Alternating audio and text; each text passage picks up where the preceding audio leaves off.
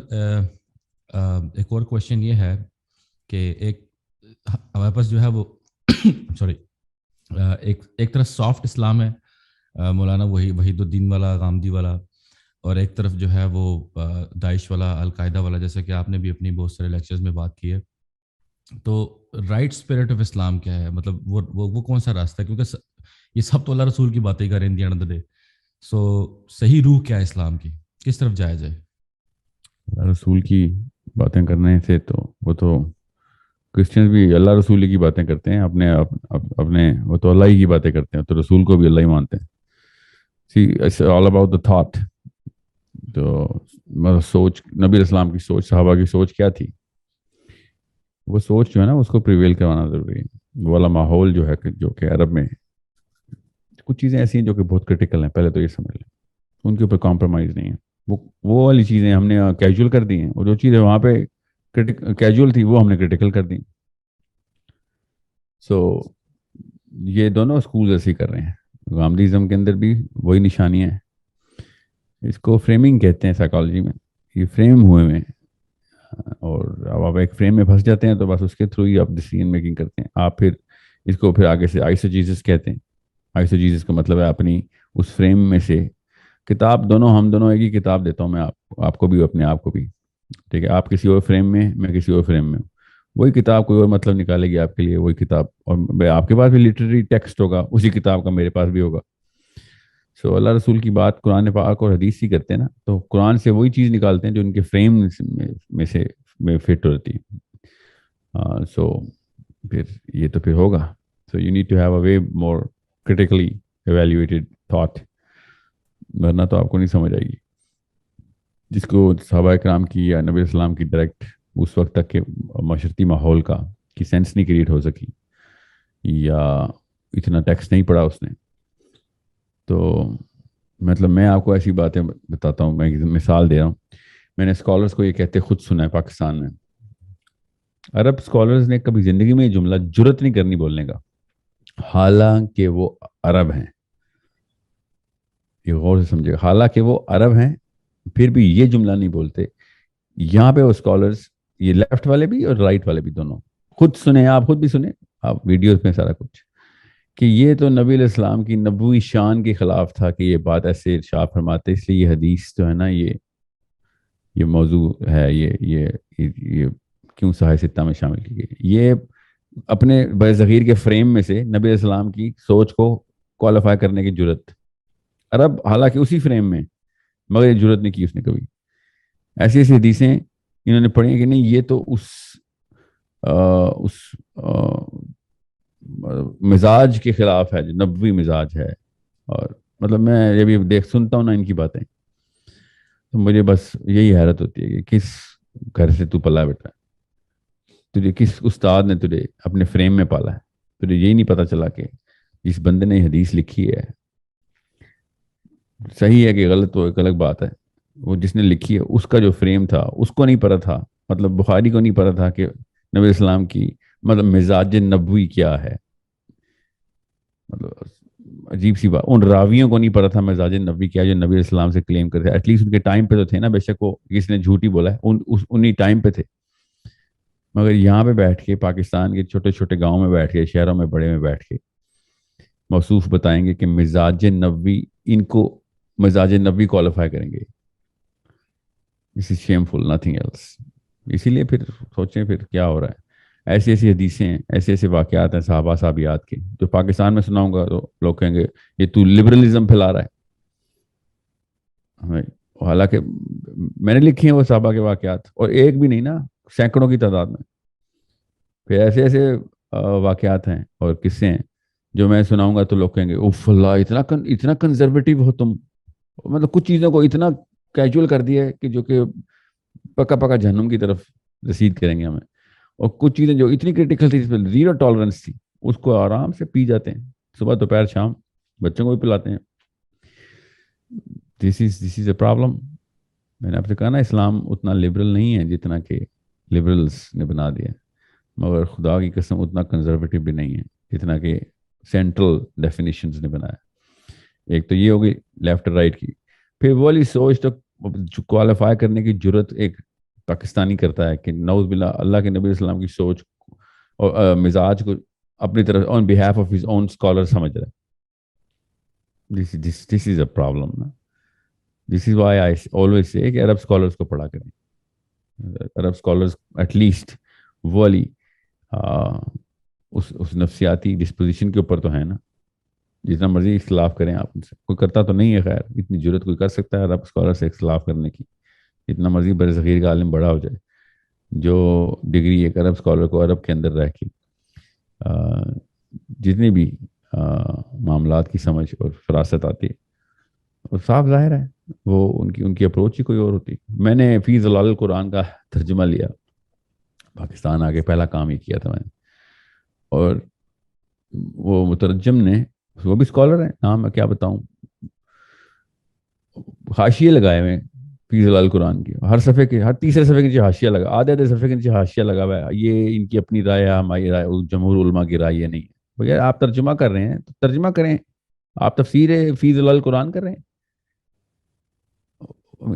اپنے فریم سے باہر نہیں آنا انہوں نے, مطلب خود ٹرانسلیشن کی ہے اور بس نہیں. وہ پھر میں ایک اسکالر کے ساتھ بیٹھا ہوا, انٹرویو کر رہے تھے ہم, میرا انٹرویو ہو رہا تھا ایکچولی, اور پتہ نہیں کہاں سے بات چھڑ گئی امت مسلمہ کی, تو میں نے امریکہ اور ایران کی بات کر دی.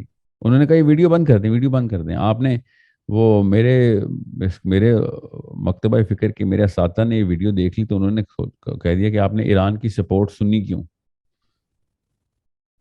میں امریکہ کی بات کر رہا ہوں, آپ کو ایران کی سپورٹ سننے کے پیچھے ڈر بیٹھ گیا کہ آپ کے اساتذہ نے کیا. میں آپ کو پتا ہے 3-4 آپ نے تو کانسٹنٹ ویڈیوز دیکھی ہوں گی میری کچھ ایسے چینلز پہ, اب وہ بین ہوں میں ادھر, ان کے مولوی حضرات نے بین کر دی. ساحل ادیم کو کیوں بلاتے ہو؟ بیکاز وہ تو, یا سورہ کہف لے لیں, سورہ کہف کے اندر کیا کیا فتوے آئے میرے اوپر. میں صحابہ کی کہانیاں سنا, اور میں نے تو ایک دفعہ بھی نہیں کہا میری اوپینین کیا ہے. صحابہ ڈائریکٹ بول رہے ہیں, نہیں وہ ابن کثیر نے لکھ دیا تو ضعیف ہے. ابن کثیر کو نہیں سمجھ آئی, آپ کو سمجھ آ گئی ہے کہ مزاج صحابہ کیا تھا. So it's a big problem. That's all I can say. Big problem. Okay. So it's coming back to your original question. Ghamidi ہو یا داعش, آپ نے یہ دیکھنا ہے کہ خود آپ کتابیں پڑھ کے دیکھیں تو صحیح اسیسمنٹ کریں, ان بائسنس, کرٹیکل تھنکنگ کی ٹریننگ لینے کے بعد, کہ اتنے سارے صحابہ, اتنی ساری روایات, اتنی سارا لٹریچر اور ٹیکسٹ, وہ ایک طرف کوئی اور فلیور دے رہا ہے, اور ایک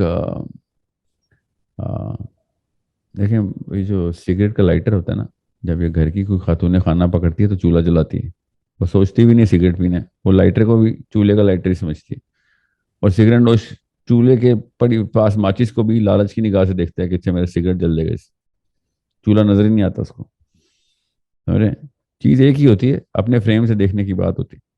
سو یہ ان کے فریمنگ کا مسئلہ ہے. دس از اے بگ پرابلم دیٹ, بس وہ نفسیات کا علم نہیں ہے, پڑھائی کرتے نہیں.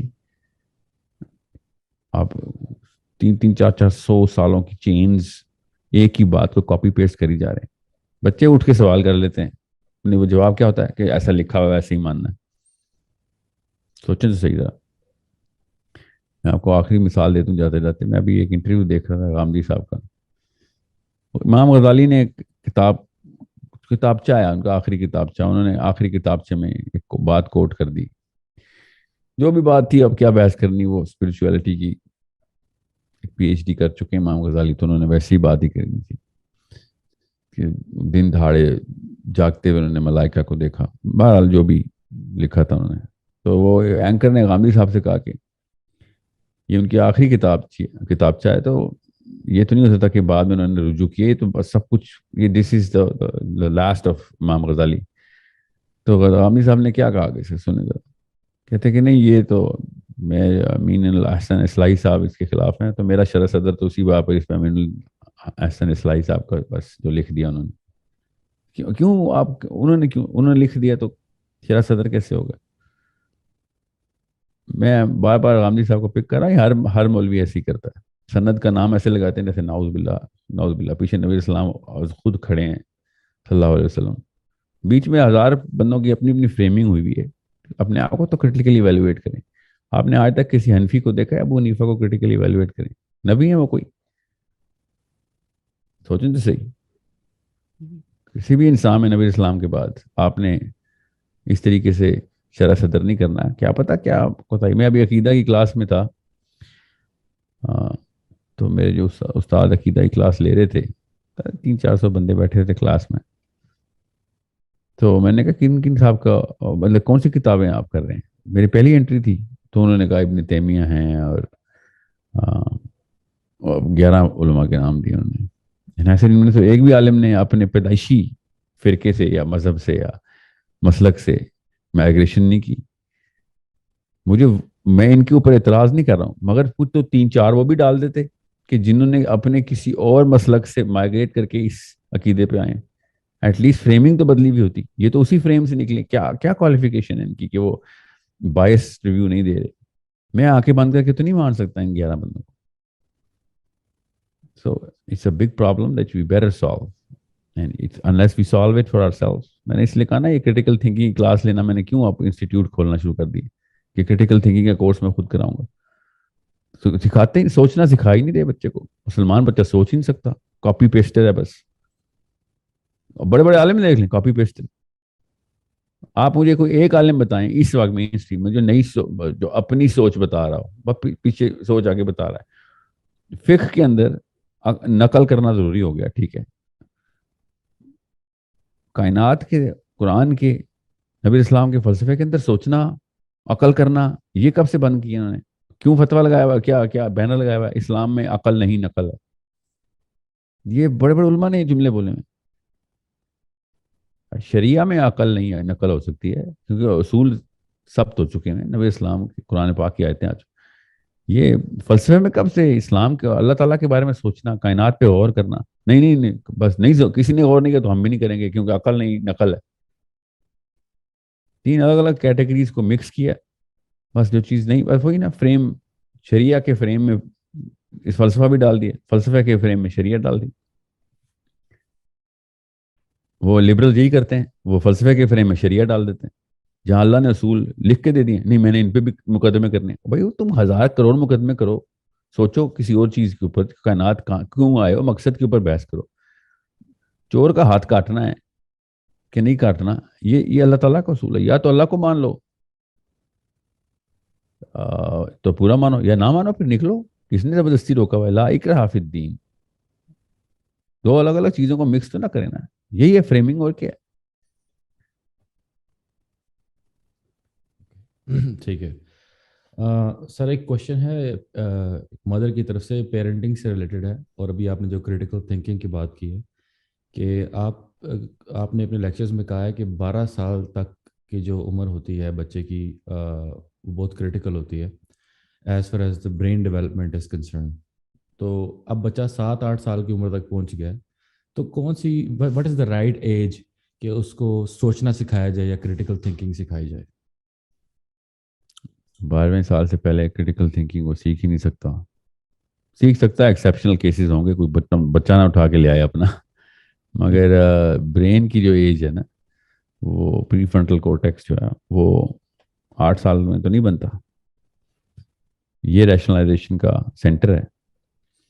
تو 12ویں سال پہ اللہ تعالیٰ نے بھی سوال جواب کا پورا معاملہ شروع کیا. جب اللہ تعالیٰ نے سوال جواب نہیں کرے کسی مخلوق سے, اس مخلوق کو کیوں کریٹیکل تھنکنگ سکھا رہے ہیں ہم؟